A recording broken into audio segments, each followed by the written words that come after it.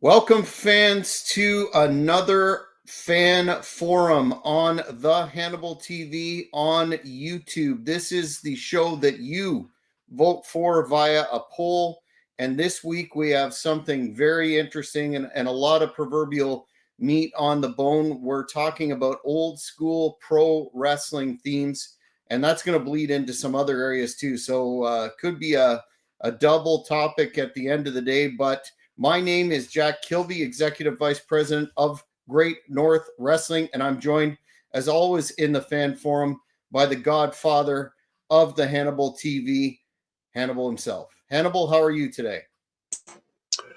I'm doing well. I'm actually enjoying the fine weather here in Wichita, Kansas, training very hard because, as you mentioned, and some fans brought it up, uh, not to digress here, but they brought it up in the last stream that we're both going to be heading to the ECW arena in May. So I'm glad I'm somewhere where I'm getting very good treatment as far as getting back into top shape with some medical experts here, but also I'm in weather that's more conductive to good training.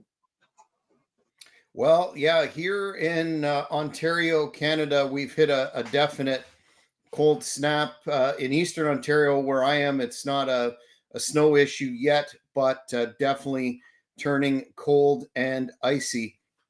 Let's turn to the topic of this week. And would you say there's been a lot of interest in old school theme music online? You see a lot of discussion groups, even Reddit threads dedicated to a single theme. Why do you think this has such enduring popularity? And is it because the music today, not only in AEW but WWE, is rather generic to be charitable? I really don't watch it enough today to be able to tell you.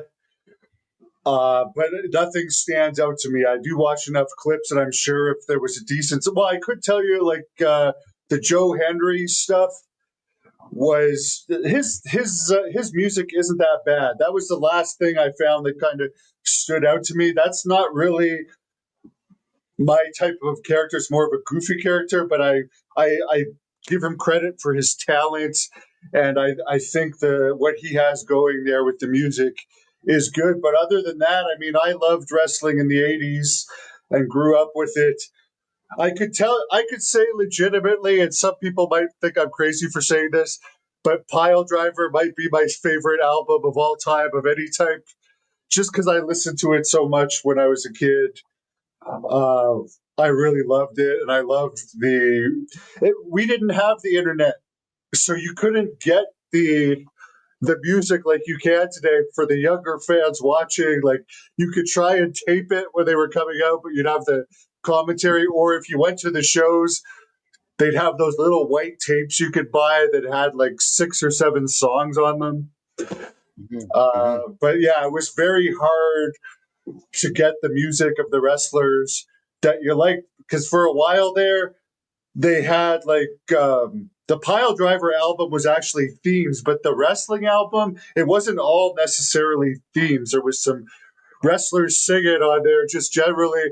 And then when they put out like the Slam Jam albums and stuff, for a while there, it's like this isn't even the music. This is just wrestlers singing songs. So for a guy like me that liked actual wrestlers' entrance music, I remember being disappointed on some of that stuff when I was a kid. And then later on, the Attitude Era did put out more of the actual wrestlers' music. But by that time, I had already like I wasn't as much of a fan. I thought WCW even at certain points may have had some more catchy music than WWE during that Attitude Era. Like I know Hogan used Voodoo Child, which isn't Mm-hmm. technically a theme. Like that's a Jimi Hendrix song, but the NWO theme. I mean, everybody loved that one, and there were some other good ones there. But we won't go too far into that. But I will say that the Rougeau Brothers is one of my favorite themes of all time, and Hulk Mm-hmm. Hogan's would have to be up there. I recently watched like a 2012 Rick Derringer version of him playing at Full Sail University of all places. And it was like for a fan of that song like me, it was like I must have listened to that like 30 or 40 times when I was doing cardio, just because it was cool Mm-hmm. to hear a different version of it. Mm-hmm. And we'll get into all that historical stuff, including the wrestling album and Pile Driver, which you mentioned. But a lot of folks think that, and I think this was partially put over by Michael Hayes, that the Freebirds were the first to use entrance music, and really that's not correct. Going back to even Gorgeous George, the original Gorgeous George, using Pomp and Circumstance. Chris Colt, who was covered on Dark Side of the Ring this season, used Alice Cooper's music as early as 76. Bad Bad Leroy Brown in Louisiana in 78. JYD in Mid South. But of course, the Freebirds really got the rub from the Freebird theme and then came out, of course, with the classic Bad Street USA in its own video, et cetera, et cetera. What out of the Freebird presentation stands out to you the most? Is it in fact the Bad Street USA? Because Hayes wasn't in most barometers a very skilled in-ring worker. Well, back when they were wrestling, I mean, that was before my time. I remember Hayes in WCW with teaming with Barry Horowitz and Jimmy Garvin is the Freebirds. I remember that more. And yes, Barry Horowitz, for some stupid reason, Jimmy Garvin was right. They must not have liked him in WCW, Flair in particular, if they put Horowitz. Horowitz will tell you he's a Hall of Famer, but to me that stood out. But I think the Freebirds theme is one of the best as well. I have to put it up there. It was cool. Those guys were legitimately cool. There's not enough legitimately cool wrestlers these days. But I could tell you about their theme music in 2001, back when I was national champion for Canada and state champion in high school. I would get up before high school started real early in the morning to do my first workout. And I remember, like, my dad would lend me his car, and I remember that I had somehow taped Bad Street USA off the internet. It had come out, and the internet was around by then, but you couldn't like just you had to tape it by holding like a stereo in front of it Yeah. and like press record. And I would remember like that song would pump me up on the way to the gym when I had to wake up at like 5:45 in the morning to get there right when it opened. Actually 5:30 because I would get there right when it opened at 6. And I remember I would the trip to the gym in the car was exactly the length of the Freebirds song. So that's my main memory of that. And the Freebirds could have done, I think we talked about this in the Andre thing, if they hadn't blown their WWE shots. The guy that actually helped write that song did an interview with John Paz that's on this channel, and I forget his name, but he said when they were bringing him in, they wanted to make Michael Hayes like this singing Hulk Hogan type character and put a big push behind him because at that point the song was over. And it seems stupid looking back now, but the Freebirds were over and considered cool at that time. And WWE was pushing the rock and wrestling thing big time. So I think it could have actually happened if they hadn't blown it there. Yeah, they were definitely one of the first quote unquote cool heels and legitimate heels that we don't see today. And I think that anybody that remembers World Class and their time in Mid South, that music is inevitable and certainly, did the job that it was supposed to do, which was to get them over. You mentioned the Pile Driver album, which was the second wrestling album. One of the ones that I remember off the first wrestling album very distinctly was the cover that a lot of the superstars did of Land of a Thousand Dances. That was right in the commencement of the rock and wrestling era, which made so much money. Do you remember that track in particular?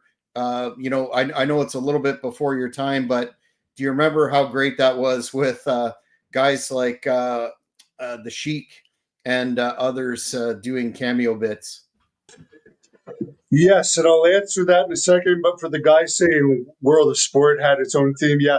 The one thing I'll say for people saying they use themes first, Hulk Hogan will also tell one of his fibs or whatever you want to call it, and say that he had to bribe the MSG music guy $500 to play "Eye of the Tiger." Sergeant Slaughter was playing the. Slaughter will also tell you he was the first to use music and tell you that when he was feuding with the Iron Sheik, which was before Hogan's feud with the Iron Sheik, they would play the Marine Corps hymn for Mm-hmm. Slaughter. So they did use music in the WWF before Hogan, and with the popularity of Eye of the Tiger and Vince McMahon Jr., I could not see Vince McMahon Jr. telling Hulk Hogan, "Oh no, we're not going to let you play Eye of the Tiger." That's just Mm-hmm. another one of Hogan's stories, as far as I can say. But you were mentioning the Land of a Thousand Dances. Yes, I discovered the wrestling album because, as you said, I think the original wrestling album came out in like 1985, which I was Correct. like very young then. So I didn't even hear about that until, and again, there was no internet until like the mid 90s or so. So I remember they re released the wrestling album on CD sometime around the late 90s, early 2000s.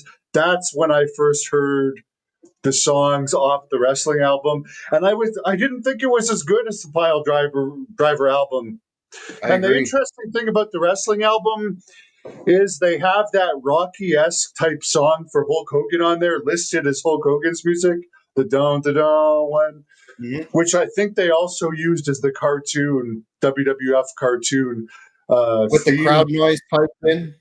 Yeah, because I think at one point they were using Live Tiger, but then Survivor probably started saying you're gonna have to pay us, Yes. and then they Yeah. were like, okay, we'll just make our own Rocky style music. But obviously, Real American, that was for Wyndham and Rotundo. And on the wrestling album, it's funny because they have Mean Gene and I think Bobby Heenan, it might be, or somebody talking about Mike Rotundo and Barry Wyndham just before that music comes on. And I wonder how many times they actually came out to that music. And did they give it to Hogan after that US Express broke up? Or was it taken from them and given to Hogan? Because I don't really I think, remember them ever coming out to it. yeah, I think it was taken from. They said I'm referencing a shoot interview with Barry Windham, and I can't recall.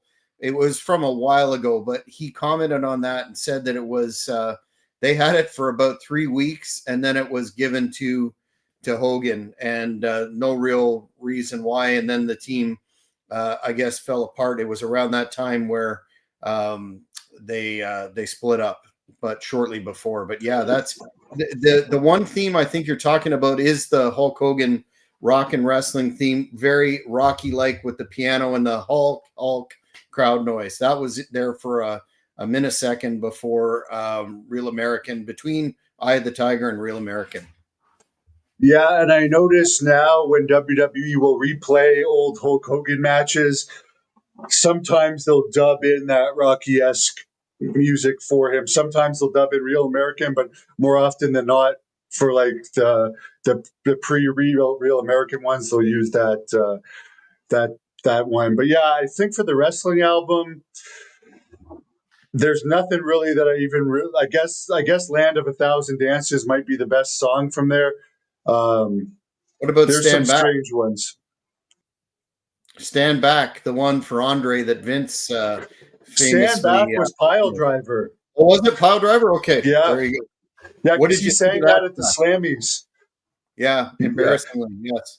What yeah, did and you I think think of that one? honestly, I think Vince wrote that. If you listen to the lyrics of that one, it's like basically telling all the other promoters, "I'm going to do whatever the hell I want," Mm-hmm, mm-hmm. and it's not a bad song. I didn't even know Vince McMahon sang it until I saw the video.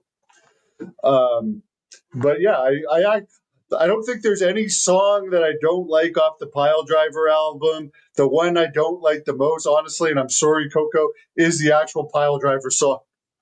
I don't Oh, really like really? the Pile Driver song. Although he did, if you guys watched my Coco Beware shoot interview, he sang it to me. But yeah, I never really liked it. Let's go. Well, Honky Tonk Man had a great song. I really like the Waking Up Alone one with Hillbilly Jim, and he thought I was lying about it. I think I was it's going to because it ask you actually about that. talks about being a wrestler. And as a Yeah. wrestler, I kind of understand what he's singing about. But here's the Yeah. mystery that he couldn't even answer me. It says Hillbilly Jim and Gertrude sing that song. The And duck? Gertrude was the name of his pig. And I asked him, like, are we expecting to think that Gertrude, the pig, is singing this song with it? And he's like, I'll be honest with you, I never saw who the woman was, and I have no idea because they just had me sing my part. So if anyone could fill us in on who sang Hillbilly Jim and Gertrude's Waking Up Alone. I remember, like, that song, for some reason, one of my memories of the very first wrestling event I went to, just how to me, as cheesy as it was magical. They had those big hockey square scoreboards that just had like four lights at the bottom of it. And the music would actually come out of the scoreboard, and it wasn't very good music. Like Audio. you'd hear the crackling and stuff. And I remember sitting there waiting to see Macho Man against Brutus the Barber Beefcake, and Waking Up Alone is playing over the crackly speakers, and there was people smoke. I remember people always say the popcorn and cigarette smell. I remember that. They still allowed that back in 1989. It was just like, to me, now it's so overproduced and stuff. I could tell you that was a house show and it had over 10,000 people there, which I Wow. just read off house show result pre-sales from my Wrestling Observer review for how hot WWE is today, and that they never do house shows. They're doing them at Christmas time, and overall, it's not very good pre-sales. But Mm. yeah, there was Crank It Up by Jimmy Hart that Jim Powers always came out to on the house shows. There was Strike Forces, Girls in Cars, which I love. Mm. People will say it's cheesy. I love it.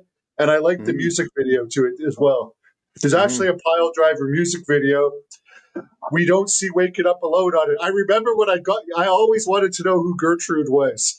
And I'm like, yes, I got the pile driver music video. I found it at, like, when video stores were going out of business. I would always go to them and try and buy all the 80s videos. And I'm like, oh, I can't wait. I'm finally going to see who Gertrude is that sings with Hillbilly Jim. And they don't have that one in there. And then what else? They have Stand Back. They have If You Only Knew What I'm Going to Do to You, which, like, That's a good one. That's a yeah, real that good one's pretty good. All the wrestlers sing. one. Mhm. Demolition, Mhm. Excellent that's a theme. great one. Mhm. There's so many great songs on there. I think I'm forgetting one though. But yeah, there's a lot of good ones. But yeah, I just good memories of that. And it's funny. I just remember Jim Powers, like when they stopped using him as the young stallions, and they would just use him randomly on house shows. He would always come out. Even like once you got into like '93, you'd see him come out to wrestle the Brooklyn Brawler on a house show to crank it up. By and again, I didn't really understand that it was Jimmy Hart singing it Mhm. until Mhm. later years. So I thought that was cool. Oh, Slick. That's the one I'm forgetting Yeah, about. Sky Soul, bro. Yeah. And I don't know if he thought I was being serious or not, but like I'll still run to that song, and like that one will give me energy. Or some people will think I'm making this up, but like back when we were doing those wrestling events in Thunder Bay, driving like 18 hours through forest and stuff, when I'd be falling asleep, my friend at that time like had the iPod stuff. He's like, "Okay, I'm putting on the Rougeau's music. I'm putting on the Big Boss Man's music," and somehow that would like give me energy to stay awake to drive for another couple hours. Maybe if you get a chance to interview Hillbilly Jim again, you can ask him. I always thought Gertrude, because of the Hulk Hogan's Rock and Wrestling uh, cartoon, and I may be mistaken, but I don't think so. He was a character on the show, and he always had a duck or a goose with him. And I thought the duck or goose was named Gertrude, but that's probably one of the mysteries of the business that won't ever be solved. Oh, by the way, Grandma Daisy, you're just bringing up the Orient Express. I like the Orient Express Japanese music for some Mm, reason. I really like it. But then they just gave it to other people at different mhm, times. It then just became, after they left, the standard music for any Japanese guy for a while. But I mhm. thought, for whatever reason, uh, that was really cool, good music. What about perhaps a man who, I don't think he got his due during, the prime of his career, but John Paz interviewed him and got into some of the details of his career in WWF, WWE, and that would be Jim Johnson, who a lot of the hardcore fans recognize for producing some of the greatest WWE themes of all time. And just off the top of my head, of course, Ultimate Warrior was. Let's stop there for a second before we get into Johnson. Was there ever uh, a, a more perfect entrance theme for a wrestler than that? I thought that made him in a lot of ways. Yeah, that was a good theme, and a lot of people like it. And I remember that was one of the themes that came out on those white tapes that I was so excited to get at one of those events, because you had to get them at a live event back in those days. But yeah, Ultimate Warrior is a very underrated wrestler, and his entrance was amazing, and a great theme. I thought before, when he was just coming on television and that theme wasn't present. Obviously, he was going to be a superstar, but that added so much to it. In terms of Johnson's larger work, he made some comments in, I believe it was the interview with John, that nowadays when he was taking a character and making music for it, and he went into detail on Vader's theme in the WWE, which I liked.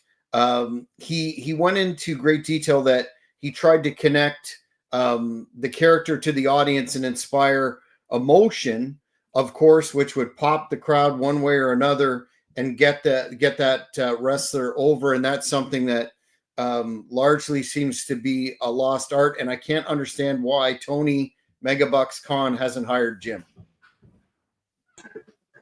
I have no idea, but yeah, and I don't remember that interview because it's from a few years ago now, but it is on this channel. John Paz interviewing Jim Johnston. I would hire him, but if I was Tony Khan, I mean, for all the people they hire that are absolutely useless or not used, to me that seems to be a no brainer. Even if he'll be a secondary creator of music, to at least be like, okay, let's listen to Jim's version for this guy. So we have at least two to choose from, or let's put it up for a vote by our executive board, or whatever. But yeah, I mean, I don't understand anything about that company, unfortunately. Well, and I mentioned the Warrior being, a seminal theme in terms of making the Ultimate Warrior so popular and the Hall of Famer that he is. But I think we should also throw into the mix the Undertaker's theme, and I know you were a huge fan of the Undertaker growing up. Yeah, that's another one, and that's funny. Just, I mean, that one was very simple, but I remember because you didn't even get to really necessarily see what was on the tape. It just said theme music, and you say, "Oh, I want to buy that," because in those days, like everyone, I remember everyone would be just pushing to buy their merchandise, and it's so funny listening back to the very first Undertaker theme now. It just seems like so plain compared to the later versions. But I thought it was a good song, and I must have listened to that one a million times too. I can't say that was one of the ones that I'll use to run to or motivate me in the gym, Mhm. but that one definitely added to the character. Like, as you mentioned, some of the themes, like the Rougeau brothers theme and even their Quebecers theme, that Mhm. added to the character. And I like when the wrestler sings part of the theme. For Mhm. some reason, uh, I don't know. It kind of made that era special, that a lot of the wrestlers sang to. As stupid as that sounds, um, I like that the wrestlers also say, even the ones that I think even they had some horrible. Didn't they have the Iron Sheik singing or something? One of them, or some horrible, or maybe he just had some lines. But yeah, Yes, it just yes. added to I like the cartoonishness of that era. Yeah, I remember Sherry Martel doing Shawn Michaels' very memorable theme, "Sexy Boy," and then taking Shawn doing it all on his own. And I thought that was part of the presentation as well. But speaking of motivating themes in the Attitude That Era, was a was great one. I'll just say that though. That I remember when that one came out. That's one of the last ones that really stand out to me. That was when Sherry sang it. I was the big Mhm. like people probably don't know this, but when Sean first turned heel, he was my favorite wrestler for whatever reason. Before everyone liked him, and it's strangely enough, I'm like this with some people like Steve Austin. I liked him better as Stunning Steve Austin. Triple H, I'm the one guy that liked Hunter Hearst Helmsley better. It's just my You weird probably are, taste. yeah. But like, I loved Shawn Michaels, and I remember getting beat up, or not get beat up, but getting into altercations in grade 4 and grade 3 when wrestling wasn't cool. And I was like one of the few that was still a wrestling fan. And like I was like impersonating Shawn Michaels or acting like a heel. And people were like, I had heat as a grade school kid for liking wrestling and having Shawn Michaels as one of my heroes. Even though he had Sherry, people would be like, "Oh, Shawn is." In those days, like it wasn't considered cool to be gay in those days. So if you liked Shawn Michaels, I remember people accusing you of being gay and stuff. Was that before or after the Playgirl spread that Brett referred to? This was before. This was before. It, as I said, when Sean got his push, for whatever reason, I didn't like him. I felt like he was same with Jericho. I liked Jericho the best when he was in WCW, kind of fighting for his push. And then once he actually started getting his push, I'm just like, I have really no interest in seeing him. And then now he has overstayed his welcome, but he's making a lot of money. Yeah, he's kind of an embarrassment if you saw what he did in Game Changer Wrestling lately. But I was going to touch on and Again, you he wasn't in Ottawa. They have him on posters for AEW, and they're having him no show real AEW events, but he's appearing in independent shows. It just makes no sense, the AEW mentality. Yeah, and that I don't know if you saw the bat shot, but yeah, not the best. It's time to probably segue to a different role. But you mentioned Stone Cold Steve Austin, stunning Steve Austin in WCW. I loved his tag team with Brian Pillman as the Hollywood Blondes. They were clearly a victim of wrestling politics. But in terms of those themes that you put on, and I'm guilty of this, in the gym to motivate you and get you going, is there a better one than Stone Cold's first theme, "I won't do what you tell me"? Well, as I said, for whatever reason, I was not a Steve Austin fan. I'm not saying he wasn't entertaining, but like he just wasn't one of my favorites. But the I won't deny that the theme fit him perfectly. But for Mhm. whatever reason, I remember Stunning Steve Austin, loving Stunning Steve Austin. And when I heard he was going to WWE, I was all excited. Then I was highly disappointed at the Ringmaster gimmick. And again, I found it entertaining, but for some reason, Steve was just never one of my all-time favorites for whatever reason. Yeah, Someone I agree with you, Randy. Million Dollar yeah. Man was another great one. That was another Mhm. one that I was Mhm. marking out to. I don't mind the Kurt Angle one. No, I don't mind it. I was going to say one of the bad ones was the Steiner Brothers WWE theme that they later gave to Alex Porto. The Sometimes they would collegiate double one, those people. the collegiate style one. Yeah, because I think Kurt had that at one point, didn't he? When he first did like dark matches and stuff, they would also give him that. Maybe I could be wrong, but yeah, his set. Oh yeah, no, Kurt. I'm confused. Kurt had the Patriots one. They Oh yeah, reused the Patriots. Yes. on Korea. Dale Wilkes, and we're not talking about Tom Brandy, guys, the Mm-hmm. imposter patriots, where I don't know who the hell gives him a pass, but if someone, and I mean, it's not like the Blood Hunter was even a WWE character, but if I heard someone was going around as the Blood Hunter, I'd be like, "You're a dead man." It's Gimmick infringement. yeah, yeah. I feel bad for these poor fans that go, "Oh, I want the Patriots autograph," and they're all excited. They think they got the WWE Patriots autograph, but it's Tom Brandy. I Mm-hmm. don't. Anyway, it's just bizarre. I don't respect him for that. But just speaking of WCW themes for 1 second, I did really like the Rick Rude WCW theme a lot. Steve Austin's WCW theme when he was with the Dangerous Alliance. I know Mm-hmm. it was very cheesy, and people will say that whole era was cheesy, but I was a Mm-hmm. big fan of that era. And Me Barry too. Windham, I think WCW theme. I even like Billy Jack Haynes's um, Black blood. Black Blood theme. Maybe it's because for whatever reason, I like the Black Blood character. Yeah. Because again, I was a kid back then, and people can say what they want. I remember as a kid, the Power Hour I think aired on TSN. I think at like 4 p.m. on a Wednesday or something, and I remember like just gunning it home from school and so excited to watch the WCW Power Mm-hmm. Hour. And no, Mm-hmm. Ric Flair, as much as you bitch about your Spartacus haircuts, nobody noticed other than you, and it didn't look that much different than, No. than any No. other time in your career. Yeah, WCW during that '90s era up until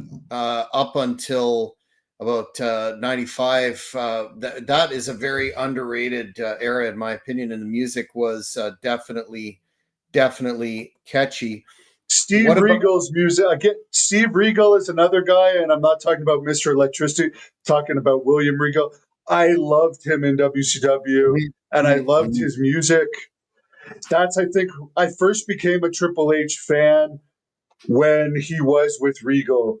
For some mhm, reason, I loved that gimmick. I didn't like it with Bobby Eaton for whatever reason.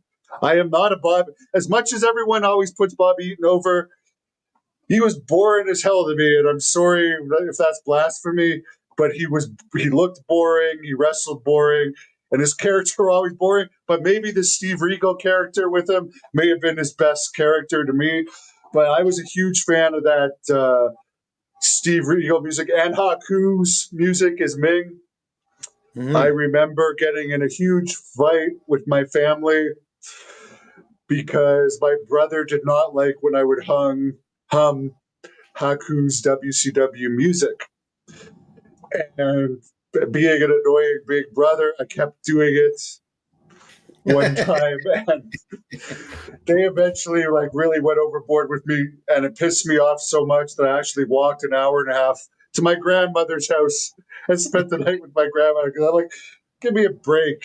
You're yelling at me like it's the end of the world because I'm humming a wrestler's theme music. And at the same time, when I wrestled Haku for the first time, when that music played and I saw him start to come out, there's not many people I'll actually mark out for, but when I heard the WCW Haku music play, I actually got chills. And people can say what they want about my career. That was a surreal moment. You have Ming coming down to WrestleMania, or even the other thing I'll say for the first event, Great North Wrestling event, you promoted when Kevin managed me last year, I think it was.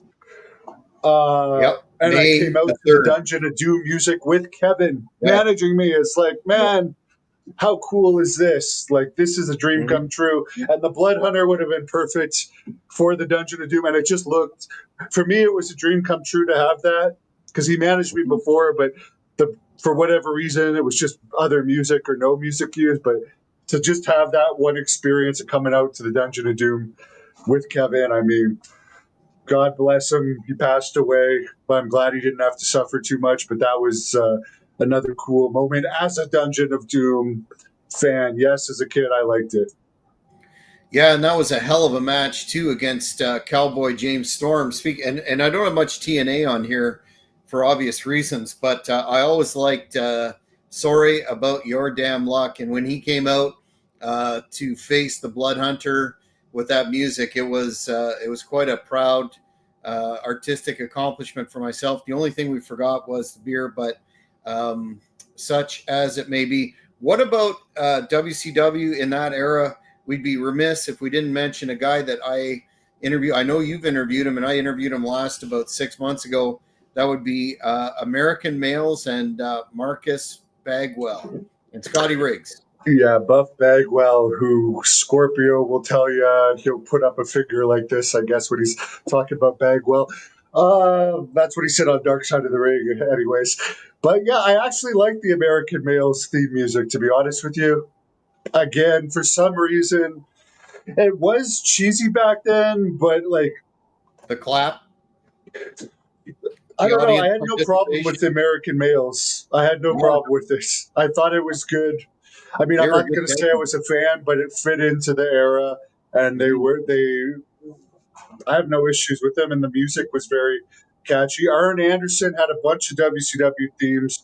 Someone's mentioning some of The them were. Horseman one. Some of the Horseman themes were better than others. Hmm. Hmm.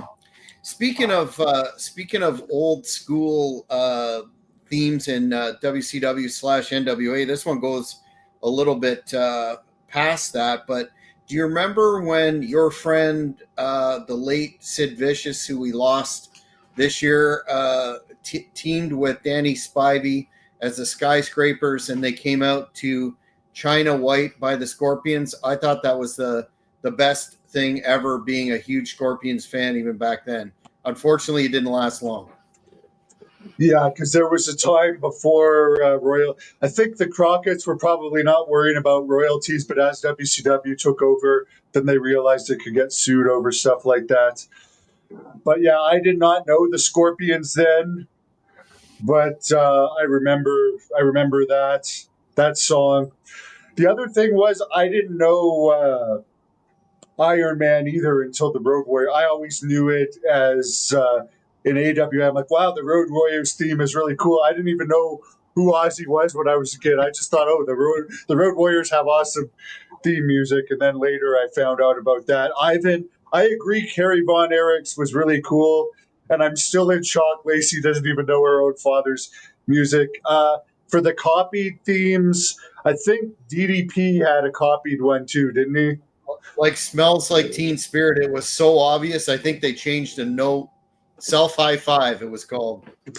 Yeah, to be honest, I don't have an issue with that, with them copying. Thought it fit the '90s again. I You mentioned Austin. I like WCW better. I know they had their mistakes, but in the '90s, I remember I couldn't wait to watch Nitro, and in Canada, where you were as well, we got Raw first. They both aired on the same channel, and then Raw would air. Then a couple days, I think it was Wednesday, we got Nitro. So it was always torturous. Like, I gotta wait till Wednesday to watch Nitro. But Thunder, we did get TBS, so I Mm-hmm. always got to see Thunder Mm-hmm. live. But those were the day. I really liked wrestling in those days. I'm Me too. still a Yeah. fan. I just don't like how it is today for whatever reason. I was blessed, as I've said on this channel many times, to have my parents had a condominium in Myrtle Beach, and when I was down there every Christmas over New Year's, I'd be glued to TBS watching Saturday Night Pro, all the shows in a weekend. And yeah, it's still my favorite period in wrestling, and I agree with you 100%. Doesn't eclipses today. Yeah, and for the fans that don't know, like I think in the late '90s, Canada started to get TBS on regular cable, but in the early '90s, you needed what was called the black box that rich people had back then. There was no YouTube. Everyone was like, "Oh, you got the black box! Oh, wow, that's so cool!" But for like 2 or 3 weeks every year, and sometimes twice a year, they would give you TBS free, just I guess to try and make you want to order it. And I remember again, my parents were not wrestling fans. They would get so mad at me because I would watch all the WCW shows, and I'm like, in complete heaven, because in those days we're like getting the 1 hour a week power hour, and we'd rent the tapes at the video store for those who remember video stores. And but then suddenly you get 2 or 3 weeks of free TBS on cable, where Main Events is on there, WCW Saturday Night, and some Power other hour. stuff. I mean, those were the days. Yeah, absolutely.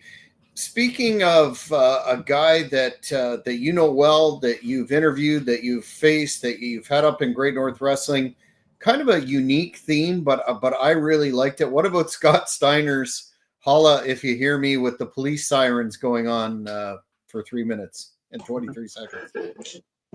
I don't remember too much about that, other than I mentioned Thunder Bay earlier. I remember when we used Scott Steiner in Thunder Bay, there was a fight that broke out in the audience with two women during Scott Steiner's entrance. I remember that, and anyone that was there that night could probably remember. That's the only thing that stood out to me about Steiner's music. For whatever reason, I just started tuning out at wrestling at one point, and I can't even think of any themes of the last 24 years that I've really liked, to be honest, or much in wrestling that I've liked. Sadly, I'm an old school wrestling fan. So the fight, was that over who would be one of Scott's freaks for that evening, or did you get to the bottom of that? He actually had one that day, which I won't get into. That came up with him, I believe. So I don't know what the relationship was, but he definitely is a great guy. By the way, he was on an NCAA football show the other day. I noticed watching his son wrestle or play football. So he's doing well. Yeah, and the competitor in the family that's said to encompass both Scott and Rick, Braun Breaker, is, in my opinion, one of the few bright spots in WWE at this point. Yeah, they haven't used him well. They've put too many chinks in his armor. He could have had a much better push. Stevie, I will say this, and I think they're thinking of moving Raw and SmackDown to 3 hours on Netflix. It's like, more hours is not better. And I mean, I like the 1 hour superstars. It was easy to keep track of everything that's going on. I know it's a different era today where they get a fortune from TV companies to produce content, and they just put out so much, but like, it's overkill because you can't keep up with the angles because there's so much. And like, a normal person, like, for instance, what if it does go to 6 hours, 3 hours for Raw, 3 hours for SmackDown? Who wants to watch 6 hours of wrestling a week? And then you got AEW, if you want to try and watch that too. Where they started to go down for AEW was just adding the extra shows. If they first, I won't go crazy over them because they give me a huge headache, but like, they didn't need the extra show. It didn't help them at all. And 3 shows just got one of their shows canceled, so it didn't help them. And like, keeping this Ring of Honor crap that nobody likes, honestly, it's just garbage. And like, you have to. I heard on Wrestling Observer Radio today, 70% of the crowd is leaving when they start to do Ring of Honor tapings. And Tony Khan is coming saying, stick around for some world class matches. Then it's a bunch of jobbers nobody's ever heard of. So it just makes Khan look like a liar. It's like, stop giving us so much. Let's make this simple to know the characters. Let's keep it shorter and better. And when you introduce a new character, if there's a new one, it's easy to find because you know all the characters. Now there's all these wrestlers, many of whom haven't even appeared for months. What's the big deal if there's going to be a new character? I don't know. Yeah, you're right.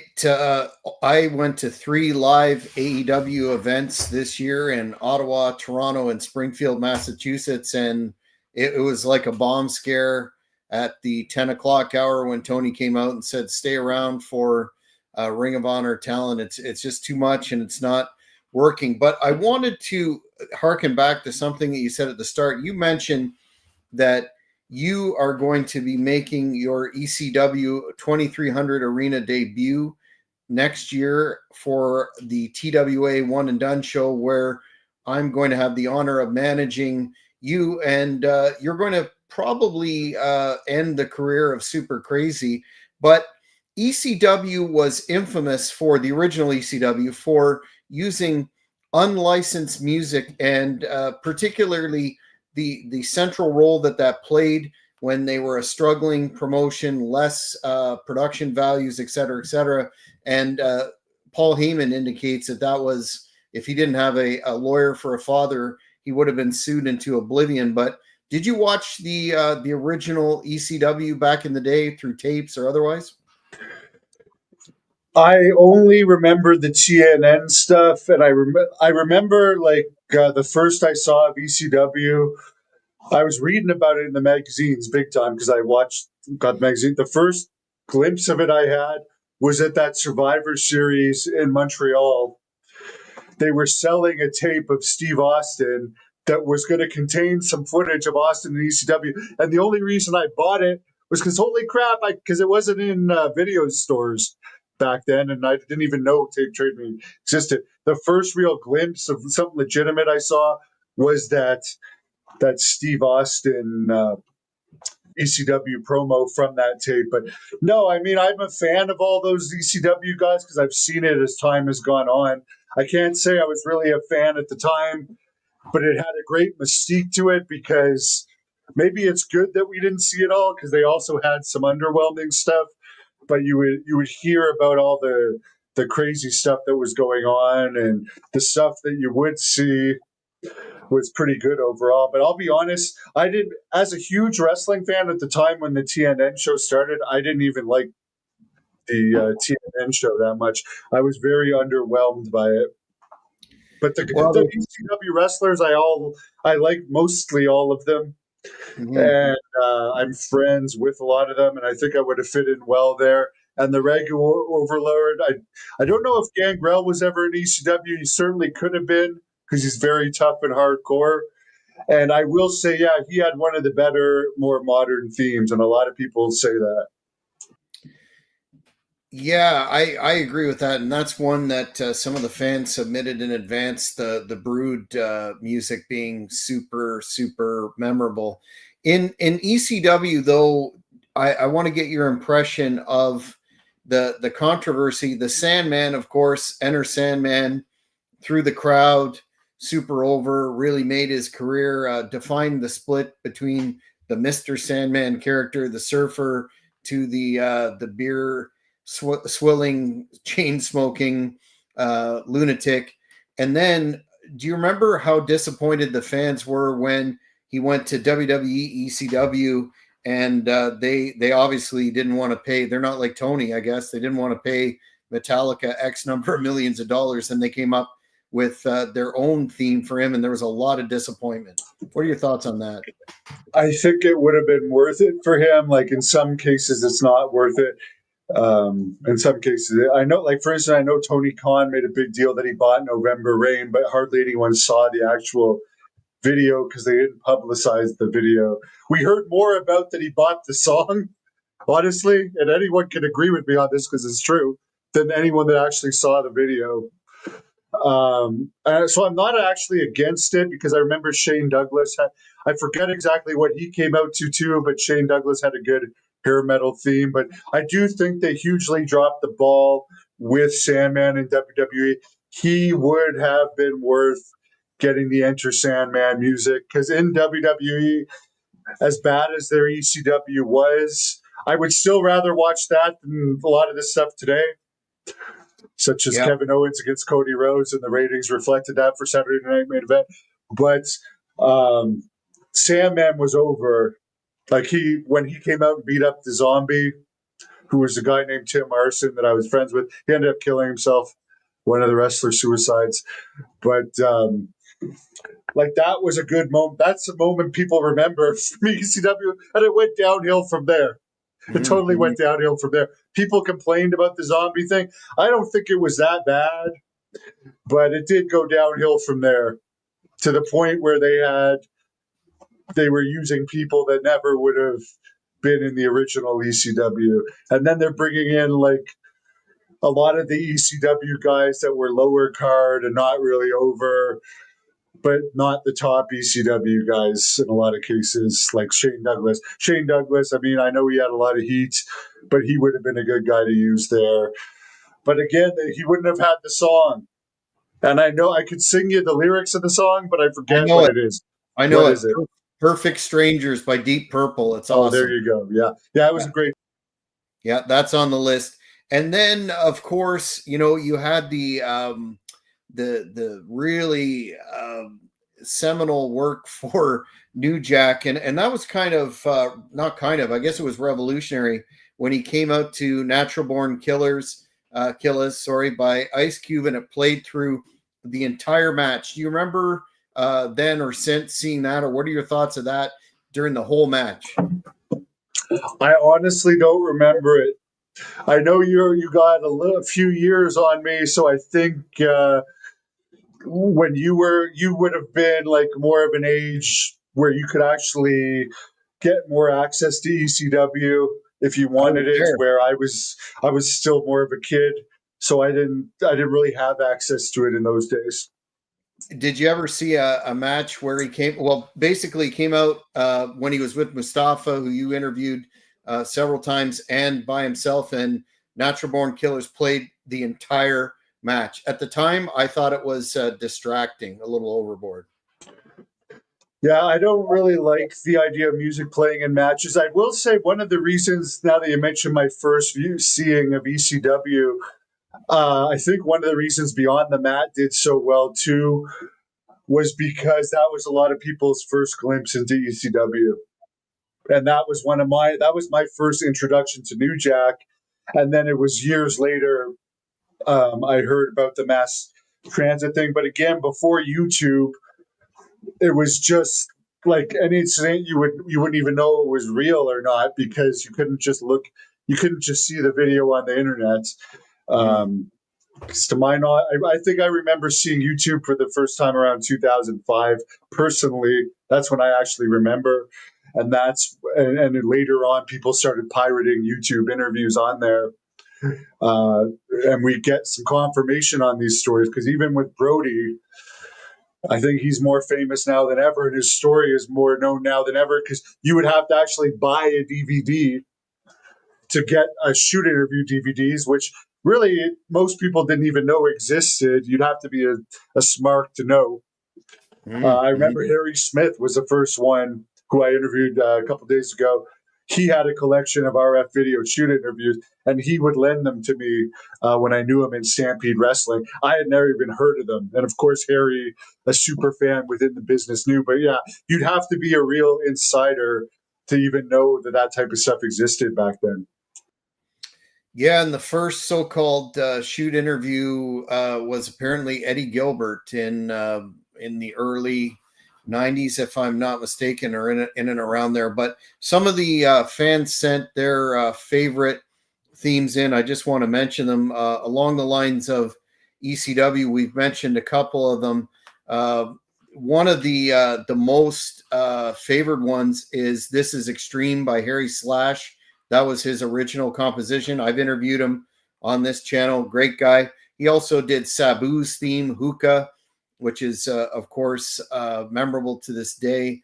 And I want to shout out a man, my partner on Shooting from the Hip, the man that you just interviewed a couple of weeks ago, the King of the Streets, Kingpin Angel Medina, now in Puerto Rico enjoying really great weather. His theme with the Baldies was quite impressive. It was called King of the Streets. And the last ECW related one to get your opinion on, if you remember, Hannibal, Taz used a version of War Machine by Kiss and ECW.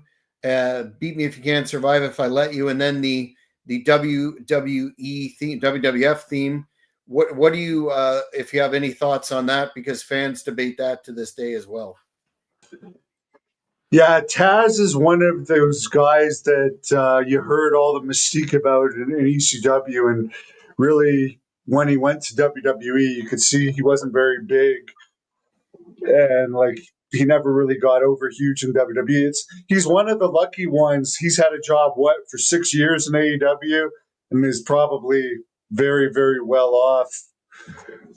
He did very well for himself over the years, so congratulations to him on that. I don't remember much about him other than, of course, the Bam Bam Bigelow with the ring break. I remember the match with Mike Awesome that Angel Medina, in my interview with him, he talked about when it was a WWE guy against a WCW guy in ECW. That was real cool. There. That was back when wrestling was considered really cool. And like there was so much legit heat for that. You didn't know what was going to happen. It was really cool. And I remember when the only thing I even remember from Taz and WWE, one, he commentated my Heidenreich match. So that's a personal memory. But two, he beat Kurt Angle in his debut. That was, people were all up in arms about. But nothing else comes to mind that he ever did there other than commentate. But yeah, he was definitely one of the ECW staples, and I got a lot of clips of him on there. Good for him that he's made so much money in this. It's funny, like it's good to see a guy like him that paid his dues in ECW, working for nothing all those years, now getting what he didn't get back then in AEW. What he does in AEW, don't ask me. Something to do with his son that gets in for reasons of nepotism, I guess. But but yeah, and it seems the other thing that hurt Taz is when that RVD thing came out, it kind of killed the whole tough guy image, and now like no one really looks at him as a tough guy because he didn't fight back in that situation. Yeah, for sure. The old pick a hand story, and RVD is another one who had some unlicensed music in ECW, Walk by Pantera, and then it's one of the rare cases that I think is one of a kind theme that he used in WWE is actually better. Yeah, I don't remember, but I can say I'm a big fan of RVD. I like him, and he's one of the nice guys in wrestling and one of the real, in a business where there's not a lot of real people. I'll tell you I'm real. I'll tell people if I like your hate. I think Harry Smith is another guy I would say is real. RVD is too, I would say. 100%. Well, we could sit here for probably another 2 hours, but we're now at almost the top of the hour. Hannibal, I think this has been a really interesting discussion and one the fans clearly voted for in a majority. Do you have any final thoughts today? No, just that I was a huge fan of the 80s theme and a huge fan of 80s wrestling. That's definitely my favorite era of it. And I'm glad I got to eventually become friends with a lot of wrestlers from that era. And one funny story I'll just finish off with is once when Hockey and I were drinking out in the middle of nowhere, New Brunswick, we went back to somebody's house, some random fan's house, which is just crazy, the things that happen. How this guy would ever have woken up that day and thought, oh, tonight I'm going to have the Honky Tonk Man in my living room, and Hannibal's just going to grab my guitar and start singing Hunka Hunka Honky Love. And I remember Honky Tonk Man telling me, how do you even know the lyrics to that song? I don't even remember the lyrics. But it's just like, to me, that era is so memorable. And yeah, that was just a funny.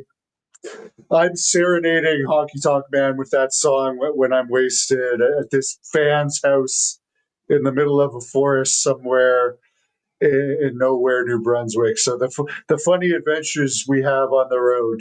So fans, please subscribe, and I will let Jack wrap this up. Make sure, fans, you continue to watch the Hannibal TV for future polls for the fan forum. If you have any, and I've already received a couple of topic ideas that I'll pass along for the poll, but keep those coming. Seems to be something that everybody enjoys, including Hannibal and myself. But that's it for this edition. Make sure, fans, that you subscribe to this channel if you haven't already. Click the notification button and you won't miss the plethora of content that one Hannibal is largely turning out now in terms of all the news of the day, and we'll keep providing pro wrestling content as well. So until then, take care, everybody. Thank you for watching the Hannibal TV. Please like this video if you enjoyed it, and click the subscribe button to not miss any of our latest shoot interviews, match videos, or news updates.